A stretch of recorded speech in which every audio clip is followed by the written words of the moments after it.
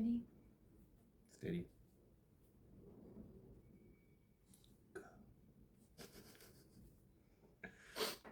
Hi guys, welcome back to our channel. If you don't already know, I'm Serena. And I'm James. And we are Life After Union. We are two twin flames in union, and we make these weekly videos to help you through your twin flame journey, your conscious relationships, and your spiritual awakening. So today we are going to be creating a series of videos. This will probably be the first one in the series, but most of them are going to be dedicated towards either answering your questions on the Ask Me Anything form, which you can find down below, or just questions that we've seen and screenshotted in the comments over time. I hope that this wind is not too much. So today we are talking about twin flame telepathy. And what do we have to say about twin flame telepathy? I'm just resting in this video, you guys. My period came. I'm tired. I got cramps. So what, all the pressure's on me then? Yeah. Oh. So you can just talk, and I'm going to sit here and rest. Thank you for watching, guys. I mean, as we were chatting about earlier, there's different sort of levels to telepathy in a relationship. I mean, you get kind of your basic things like, you know, when you can pick up on what someone's feeling. Like, for example, like we speak about earlier, sometimes the TV's too loud and I can feel that, you know, it's affecting you in a way that's not positive. You know, it's too much, it's overstimulating for you. And, you know, without really thinking about it, I'll grab the remote and I'll turn down the volume. As I'm doing it, I'm like, I know why I'm doing this. Because for me, I like to have the TV loud, but I know for you, that sound can be quite, what's the right word? Overstimulating or jarring. Yeah, it's uncomfortable for you, I guess. Which, I mean, that's something that, you know, actively I haven't really ever practiced or tried to improve on or anything like that. It's just kind of naturally come to me, where I think, I don't know, it's a hard one to explain because it's something that, yeah, it's just naturally come to me in that way, that you told me about it a few times, and then without me really being, I suppose, conscious of it, I've become more aware of it unconsciously. Well, this is why I think it's telepathy. Yeah. Is because what he is experiencing is like an insight or like a flash of, oh, I should turn the volume down. But what makes it telepathy is that it's exactly in the moment that I was about to ask him to turn it down. Like almost every single time, I'm literally thinking the TV is too loud right now, and he will literally in that same moment turn it down. So this is, I think, what it makes it telepathy, is like, You're throwing your thoughts at me. Right. It's not that you're like being aware of, and maybe on some level it is also you're aware of my discomfort in that moment, but it also has to do with like whatever, you know, like you said, unconscious or unseen link between the two of us. And this can happen, like, yes, twin flame telepathy is a thing, but this can happen in all kinds of relationships. Like, you don't have to be just twin flames to experience telepathy. In fact, like, this is a psychologically proven thing, that like if you are thinking about somebody, it is likely that they're also thinking about you at the same time. This is why it's such a thing that when you know, like think about your mom and she calls you like 2 minutes later, it's because you guys were both thinking about each other, and we are all connected. Like everything is a web. So while your twin flame experience might be the experience that opened you up to telepathy, it's not the only relationship that has telepathy or has the capability for telepathy. So I think it's really important to note that a lot of times our twin flames are the catalysts, or they're like the initiation point to our spiritual awakenings, to, you know, our spiritual gifts, but they're not the owners of our spiritual gifts. They're just the ones showing it to you. And it is possible to have that with many, many, many other people in your lives. It's not just specifically a twin flame thing. I suppose in some ways a twin flame can almost be like a magnification of it. They might help it come more to the surface a bit more. Yeah. Like, you know, they can really amplify those, I guess you could call them abilities. Just because obviously in a twin flame relationship, we're very connected in a lot of very deeper ways, and we obviously talk about a lot of things in a much deeper sense. So therefore those things become, I suppose, unlocked. Yeah. What other kind of telepathy would you think that there would be that we would experience? Well, I mean, like we were talking about, we've experienced shared dreams, things like that. So many of you guys will have questions around like, oh, I had this dream about my twin, or I got a download that my twin is feeling this or doing this thing or something like that. and you're wondering like, oh, am I going crazy? Or Possibly. is that actually what's happening? And it's yes and no. Because like the subconscious mind is such an interesting thing. So you can be getting downloads from spirit into your conscious waking mind about your twin. But if it's in their subconscious experience, they're not going to recollect it. They're not going to experience it the way you're experiencing it, right? So this is where trusting the divine mystery of the twin flame relationship is really important, because if you seek confirmation from your twin about every divine experience you have, they're not going to be able to give you that. No.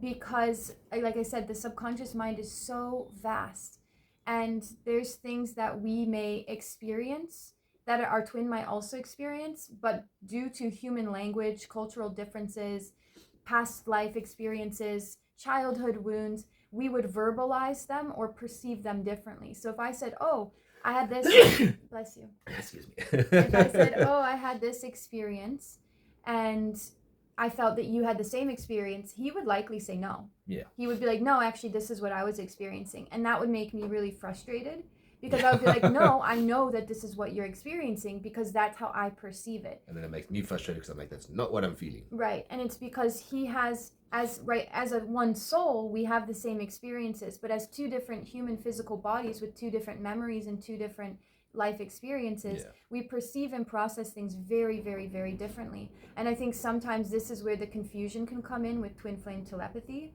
is because you might get a download about your twin and you might want to confirm it with them, or you might want clarity on that, and it doesn't always come, right? So this is where trusting your intuition is super, super important. And just knowing if you're getting a download, it's coming to you, then it's important to you. Not everything that comes to you about your twin is important to them, right? And this is where we can get caught a lot of times, because we want to share every download that we have with our twin because it's amazing and it's magical, and you know, like we feel excited and we want to share it, and we don't always get the result that we want. Sometimes we get disappointed or we get hurt when our twins aren't confirming things, and then that puts us back into a spiral of doubt. That's an ego trap, because your ego is then essentially showing you, oh, well, if somebody else doesn't confirm my reality, then maybe it isn't true. And this is where we also are trying to break out of codependency and say like, okay, that can be my truth, and it doesn't have to be his truth, right? There's ways in which James can see me more clearly than I can see myself, and there's ways in which I can see him more clearly than he can see himself. Then, in the converse of that, there are ways that I cannot see him truly for who he is, because I have different rocks. I have different blocks and wounds clouding my judgment towards him. And the same is true on the other side. Like, there are ways in which I truly wish he could perceive me, and he can't. And it's like, that's very, very sad in a way, and it's torturous in some ways, you know, because it's like this person that should know you and does in some aspects know you better than you know yourself. So sometimes you want them to fill that space of like, oh, they should just know. And this is where we get into trouble with the twin flame telepathy, because we're like, oh, they're my twin flame, they should just know, right? And we shortcut the fact that we're not there in human evolution. Like, we might get to that point at some day in our experience where telepathy is the normal way of communicating. Like, that is very possible. That's very easy in many other like dimensions, in many other species. I don't even know what to call it, like aliens, other beings, timelines, dimensions, whatever you want to say. That's a normal way of existing in many spaces, but it's not the primary way of existing right now on human Earth. Now it's starting to rain. So as well, sometimes, sorry to just add on to that, like you were saying that sometimes you wish I could see you for some ways about you. Sometimes it is the opposite way around as well. Sometimes I wish that you could see you the way that I see you, because sometimes, you know, you might beat yourself up over something, and I'm like, but that one little thing that you're so fixated on doesn't actually matter when you look at the grand scheme of, you know, who you are and what you are. So it does balance both ways. I really needed to hear that now.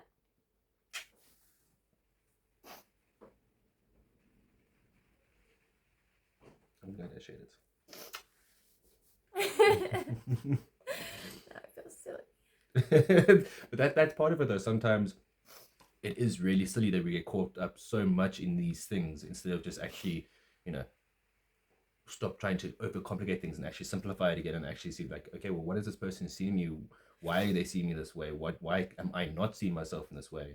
And if we can learn to do that, which I know it's not a very easy thing to do, because I do the same thing to myself as well, but sometimes if you can learn to do that, it actually can make life a lot simpler and a lot easier, a lot happier, and a lot smoother as well. And that telepathy might come more naturally then as well. I think that's the thing, is we've got too many blocks stopping us from actually experiencing, because we have so many expectations of what reality needs to be and what our experiences need to be and how they need to be filled out, and etc., etc., etc. There's all these stipulations we put on top of every little thing that a lot of the times don't actually really matter.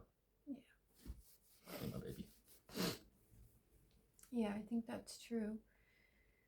And I think that's a good segue into what we were also going to talk about, which is like, again, you both have to be interested. If you're interested in twin flame telepathy and you are in contact with your twin, or it's something that you want to explore more, of course, you can always lay the foundation, because essentially what twin flame telepathy is linked to is your experience with your own soul, right? And that literally is the highway between us two people, is our soul, right? And that's the idea behind being a twin flame, is that is the connection, is like you have this massive gaping dimension of soul between the two of you, which is like just innumerable in its capacity for everything, for love, for everything, literally. And so the highway that you're using when you tap into twin flame telepathy is your connection to spirit, your connection to yourself, your connection to your higher self, God, whatever you want to call it. That's what you're tapping into when you tap into twin flame telepathy. So if you're not with your twin and you want to strengthen your twin flame telepathy, the mode in which you would do so is by meditating, going out in nature, doing things where you're connected to your source of God, your source of creation, and your source of your intuition. So things concerning these two chakras are going to be really strengthening when we're talking about telepathy, right? Telepathy is this like very mind-centered thing. So when you work with these chakras, it's really going to catalyze that. Now, if you're talking about doing it with another person, there's tons of fun and silly games you can play with your twin. You can take two objects, hold them in your hands, and say, what's in this hand, what's in this hand, right? And these are games better to play that are not thinking. They're like fast reacting games, or like, what color am I thinking? Like that kind of a thing. It was green. Sorry guys, I'm not connected today. But there's tons of like things you can do like that would enhance that faculty if it's interesting to you. And this is something I've said a few times in various comments, is like, when people ask us how our twin flame telepathy works, for us at this stage, like, it's very practical. Like, yes, we still have dreams, like we dream about each other still consistently, and James is in my dreams almost every single night. Like, he's just always that like support system of like wherever I'm going in my dreams, he's almost always there.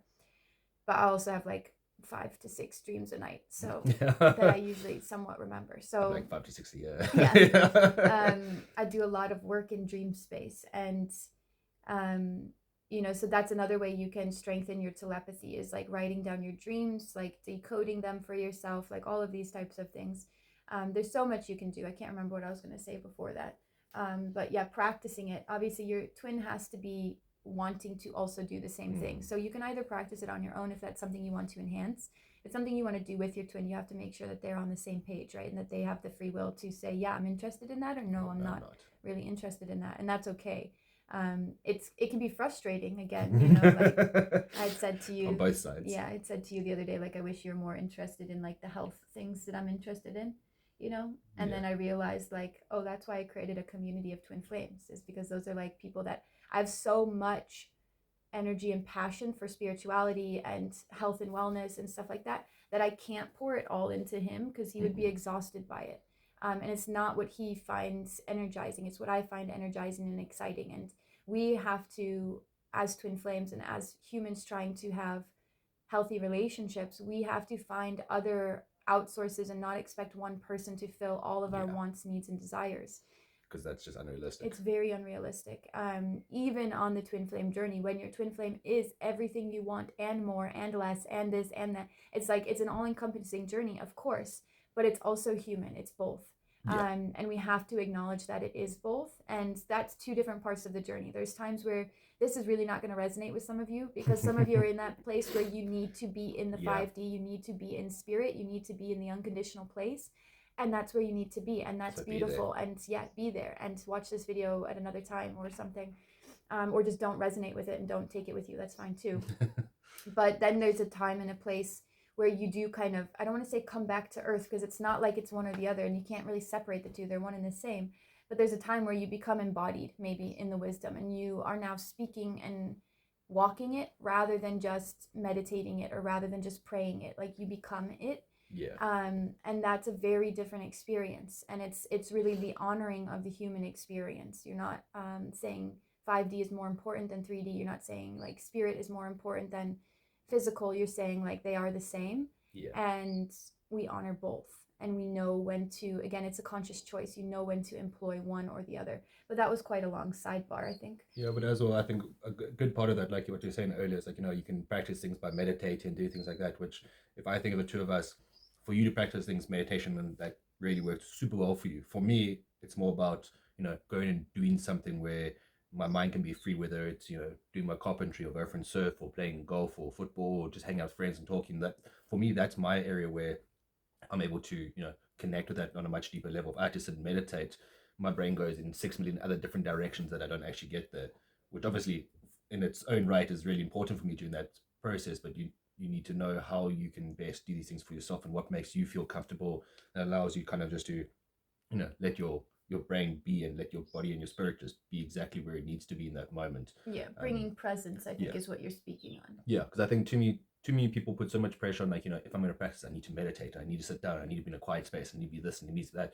And we put so many expectations of what it needs to be in order for us to get there, that we actually aren't focused on getting there. We're focused on everything that's stopping us from getting there, because we almost don't want to get there, I suppose. It's almost like we create an unconscious block to stop us from getting to where we actually want to go. Well, I think that's the difference between mindfulness and meditation. Like, mindfulness is bringing your present awareness to exactly what you're doing in the moment. Whereas meditation is like sitting and, either clearing your mind or either hyper focusing. Because there's many different types of way to meditate. And yes, physical body movement is meditation as well. Like, there is no right or wrong way to meditate. There's many different kinds.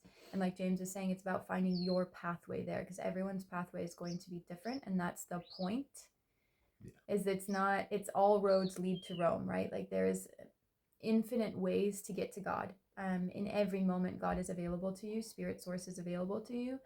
And it's about finding your way there, because that is the absolute most divine thing you could ever do, is find your way there, and know that your way may also change in different seasons of your life, right? Like, I used to sit down and meditate for like 2 to 3 hours 4 times a week. I don't do that anymore. Now I do shorter bursts. Like, being a mom has altered my brain so significantly. I've never had a shorter attention span than I do now. And I'm honoring that by saying, okay, I'm not going to force myself to sit for an hour. One, the time of that it would eat up other time that I need for other things at this point in my life.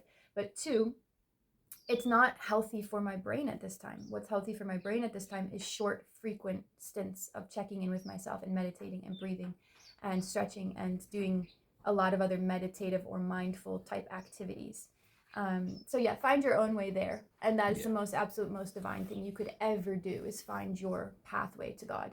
And God will love that so much, because you're honoring both your human experience and your non-human experience in the same way, by saying, I found my way, and that is my way, and I get to claim that. And it's like, your way is your way because God wanted you to find your way, right? Like, and your way is also God's way, which is also amazing.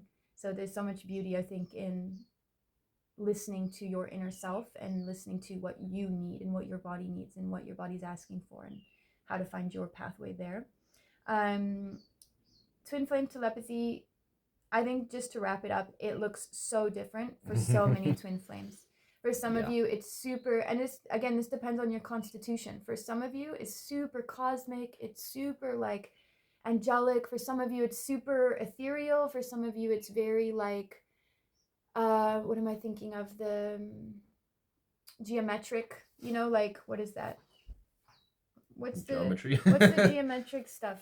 It's like sacred geometry. Like, for some of you, it's very much like that. For some of you, it's very like alien-esque. For some of you, it's very practical. It's grounded. it's words. For some of you, it's sights, it's music, it's sounds, it Smells, smells. Like it doesn't touch. look the same for anybody. So to try and find answers on the internet of what twin flame telepathy looks like, again, find your own way there and trust that what you're experiencing is what you're experiencing, right? Even if you can't find an answer out there on the internet, know that your version right of path. you're on the right path, and your version of telepathy is your version of telepathy. And this is one of those things, the more you trust it and act on it, the more it expands. So those of you that are looking to expand your twin flame telepathy, like if you experience twin flame telepathy and you keep doubting it, you say, no, that's not it, that's not what I'm experiencing, no, I must be crazy, you're not going to get more of it, right? If you want more of it, then you have to start proving to source, to spirit, that you're open to more of it, right? So saying like, okay, wow, that was a beautiful experience, I'm trusting that, I'm going to act on that intuition that I had, I'm going to test that theory, I'm going to do more with it, I'm going to open myself up more, I'm going to say, yes, that is a possibility, yes, that did happen, and then watch how that expands like exponentially from there. I mean, as well, I think a really good point of it, which something that works for me, is like you're saying, like, you want to do this for spirit. I think for some people, such as myself, I'm not doing it for spirit or for God or the universe or whatever you want to call it. I'm doing it for myself, for my own experience, which essentially is all exactly the same thing. But I think sometimes the word or terminology sometimes scares people. So for me personally, doing those things just for myself, for my own personal experience, regardless of the greater picture of it, for me that makes it so much easier and simpler and more enjoyable, because it's I'm not doing it for something else, for someone else, which essentially is still the same thing, but just the wording makes me feel more that this is for me. I'm doing this for me and my experience and my exposure, my lifespan, and my journey that I'm currently on. That's really interesting. Were you saying because I was saying if you want to expand your twin flame telepathy? Is that what it was making it sound like I meant for somebody else? Well, in a way, yes, but for me, when you're saying that, you're like saying, you're doing it for spirit, you're doing it for God, you're doing it, so you're doing it for this higher entity, which for me, when I don't think I was saying that. Well, okay, well, this was just my interpretation of what you're saying, and let us know in the comments if you got the same thing or if it's just me. I don't know. I could just be crazy, but for me, saying it in that way makes it feel it's not more pressured, but obviously for me, I'm not as spiritual as you are in that sense. So for me, it kind of puts into a realm of now I feel like I'm doing this for a reason that doesn't make sense to me, where for me personally, doing all those things just for myself and doing it for me and to me, that is the ultimate experience there for me. What's interesting, why I was asking for clarification there, because what's interesting is whatever I said that made you think that was my intention behind it, is because like I would only want to do that for myself, right? Like if I'm seeking God, I'm not seeking God because I want to seek God, I'm seeking God because I want to seek God. Does that make sense? No, I mean, I understand. It's just the way that you had worded it made me think of it in that way, and I thought that was quite something. I mean, I think it's interesting to bring forward, because like no point in me speaking was I like, oh, God comes first, or my twin flame comes first. It's actually like, no, that's what I want, and for my experience, right? So it's interesting to hear you say like that's not what you got from that, because to me, like, that's the only reason why I would do that. And so let us know in the comments, please. You guys, this is a great example in real time of why things get so confusing on the twin flame journey, because the language is so different for each person. But when you scrape off the language, what are we both saying at the end of the day? Do what you want to do for yourself, right? And like that is the essence of the twin flame journey, is when you get past everything that's on the surface, like the same thing is the essential thing. Like it's the same values, it's the same core beliefs, but there's just so much mud and muck covering it up, and some of that's language, some of that's programs, some of that's whatever. It's the way that we express ourselves, because sometimes you express yourself in one way, and that makes me think in a different way to how you actually mean it. But if I go and then break down my way and then your way, then it ends up being like the same thing, which is quite crazy. Which is why we honor you. If you also have like a big age gap or cultural differences, we really honor you and your experience, because it is not easy, you guys. Like easy would have been marrying somebody from our own places. This is Someone not, understands my sense of humor. Exactly. Like this is not easy when it comes to the communication barriers of being with somebody. Like, thank God we don't have like a full-on language barrier, because that would also be something else entirely. But yeah, I'm Well, sending you I speak guys. English, you speak American. Yeah, sure. So we're just sending you guys lots of love, and honoring where you're at on your journey. Let us know in the comments below about your twin flame telepathy, what your experiences are. Again, the more you share, the more we are helping everybody else. Because if you say, hey, I experienced this, and somebody else has been feeling shameful about what their experience is, they read your comment and then they're like, oh my God, like there's somebody else out there that's experiencing what I'm experiencing.